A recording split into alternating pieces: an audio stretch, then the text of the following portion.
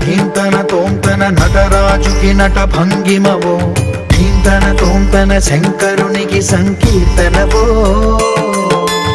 ఈశ్వరుడే అనునిత్యం తనలో తలచుకునే ఓంకారమువో